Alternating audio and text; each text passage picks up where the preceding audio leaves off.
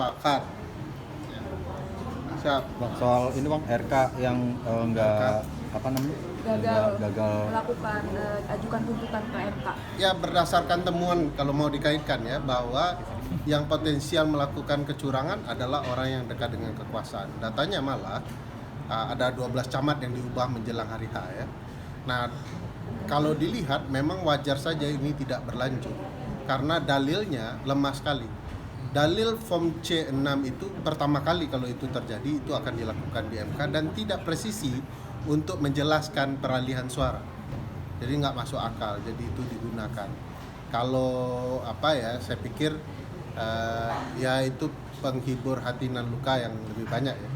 Yang lebih menarik adalah soal tidak ada korelasi gagasan baru mereka mengajukan perkara dengan menggabungkan suara sah dengan suara tidak sah. Itu tidak masuk akal. Jadi memang sayangnya memang harus kalah itu RK. Kalau saya penggemar Persib mestinya memang maju di wilayah Persib kan.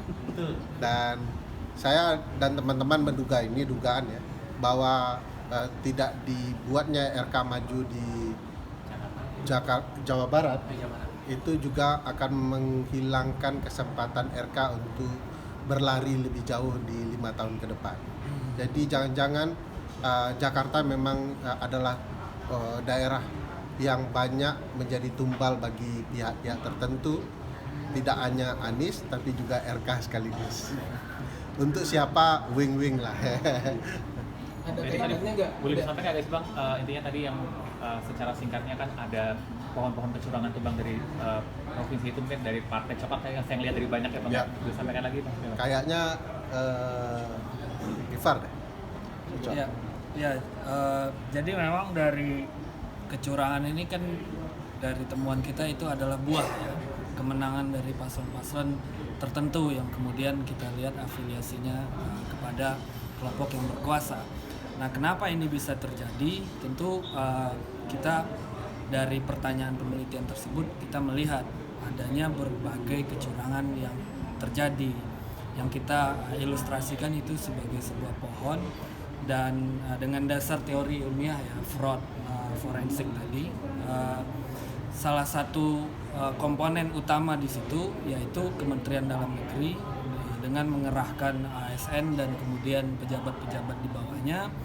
Ada sebenarnya ya inkonstitusionalitas dari penunjukan PJ-PJ ini yang sudah bermula sejak dari Pilpres. Nah, penunjukan PJ-PJ ini bahkan dia dilakukan sampai pada waktu dekat-dekat dengan pilkada.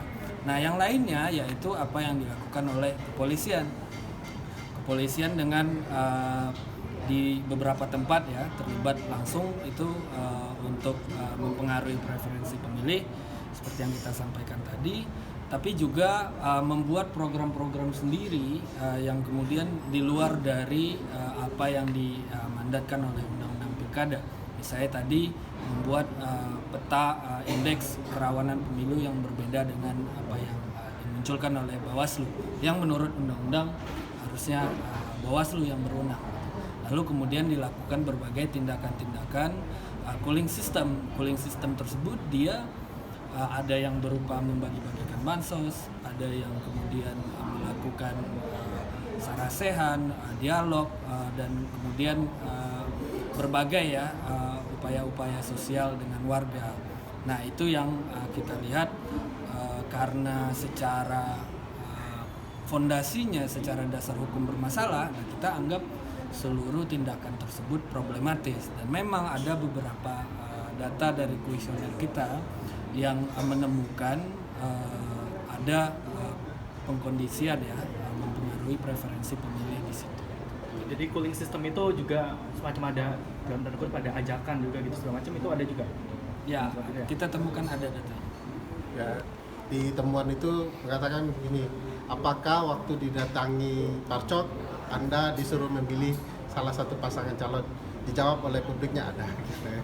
Dan gitu. Itu ada ancaman-ancaman nggak dari Parcok itu ke kepala desa, misalkan akan dikriminalisasi lah dengan kasus-kasus itu, misalkan audit dana desa gitu, ada nggak temuan-temuan gitu? Ini harus dilihat sebagai konsep pembuktian di dalam ilmu kepemiluan ya, jangan ilmu hukum pidana. Kalau hukum pidana harus seterang cahaya kan. Nah di dalam politik ini rata-rata dari temuan, walaupun kami punya datanya ya, disuruh perintahkan ini segala macam, ada pemanggilan penggunaan dana desa sebelum pilkada dan segala macam, tetapi memang relatif bukan ke sana pembuktian kecurangan.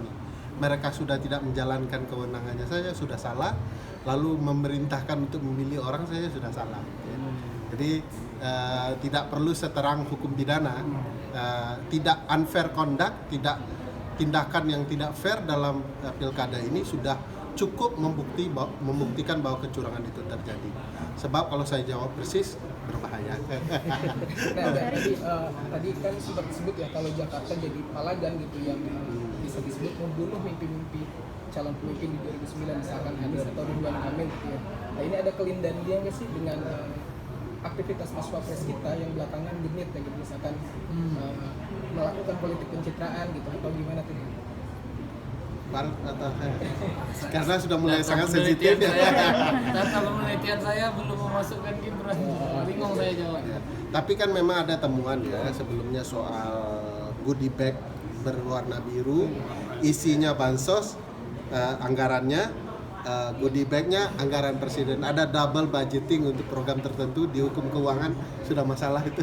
Nah, dan itu kan di dana operasional nggak boleh ya diatur di pasal 2 ayat 4 kalau misalnya nggak boleh pakai dana untuk kepentingan pribadi ya. Tapi dengan mencantumkan identitas itu kan termasuk pribadi ya. Itu gimana ya kalau kayak gitu? Ya makanya di hukum keuangan negara saja salah. Kayaknya sudah cukup mewakili maksudnya. Bang Ferry, ini kan ada 275 aduan ya Bang dari kepala daerah ke MK nantinya. Nah ini kan gimana sih Bang supaya tidak terjadi konflik kepentingan gitu Bang antara hakim-hakim yang ada dengan calon-calon yang melapor gitu Bang? Ya kalau hakim-hakimnya ada relasinya, kan relasi ke atas, ke bawah, ke samping dalam hubungan kekeluargaan, bahkan perkenalan yang berbumbu konflik kepentingan pun tidak boleh. Jadi kalau itu ya wajib mundur.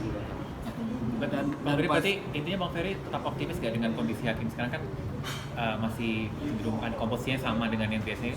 Bagaimana Bang dalam penegakan nanti 275? Ya ini mau dilihat mana ya, kalau dari putusan di Pilpres kurang optimis, tapi setelah Pilpres harus optimis karena banyak putusan MK juga menarik.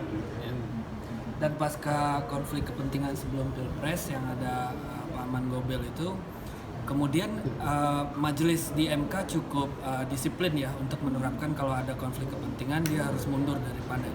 Nah mungkin ini yang perlu diawasi oleh publik dan rekan-rekan pers kalau itu kemudian tidak diterapkan untuk beberapa misalnya perkara tertentu yang misalnya ada indikasi konflik kepentingan ya. Tapi belakangan menurut amatan kami itu udah dijalankan. Pasca heboh kita kawal semua waktu itu ada konflik kepentingan yang melibatkan Anwar Usman. Oke. Mas Ferry satu lagi dong, kan tingkat golput di DKI itu tinggi sampai 42% kata Pak Mendagri. Sedangkan tadi Mas Ferry bilang kesadaran politik itu dinikmati oleh kota-kota besar. Sebenarnya ada apa sih dengan pilkada kita? Karena kita salah mengukur tingkat kesadaran politik. Seolah-olah ikut serta berpartisipasi itu harus seluruhnya. Di negara maju, angka 40% orang terlibat dalam pemilu itu sudah paten. Nah, yang kita coba ukur adalah harus 90%. Kayak Pilpres 83,6%. Tetapi hasilnya penuh kecurangan gitu. Nah, bukan itu alat ukurnya menurut saya. Tapi kesadaran dia ikut dan tidak ikut itu karena apa? Nah, kalau dilihat bahkan dari angka 7,7% surat suara tidak sah sekitar 300-an ribu, itu orang kan menghukum calon itu ya. Jadi cukup menarik juga Jakarta bagaimana publik sangat kritis ya, coblos semualah istilah mereka ya, dan segala macamnya untuk memperlihatkan mereka sebenarnya aktif, cuman bentuknya berbeda. Mendukung calon yang gelap ini lah. Itu saya lihat di Twitter banyak gerakan Kementerian Kegelapan itu kan. Nah, itu kan sangat mengganggu suara RK. Artinya dengan banyaknya atau tingginya tingkat golput itu bukan berarti masyarakat nggak melek politik, tapi justru masyarakat memilih untuk golput itu artinya dia melek politik. Ya, gitu. kalau kemudian hal-hal yang semestinya sudah dilakukan oleh penyelenggara pemilu itu sudah dilaksanakan, sebenarnya kita bisa mengukur kok, walaupun tingkat voter turnout-nya rendah atau tidak setinggi biasanya, ya publik tetap aware, mereka tetap peduli. Jadi mungkin orang melihat harus 90 itu kan angka tidak masuk akal malah. Obama beken saja nggak sampai 80%. Ya. Oke, cukup Oke, ya. makasih. Terima kasih Kak Ferry.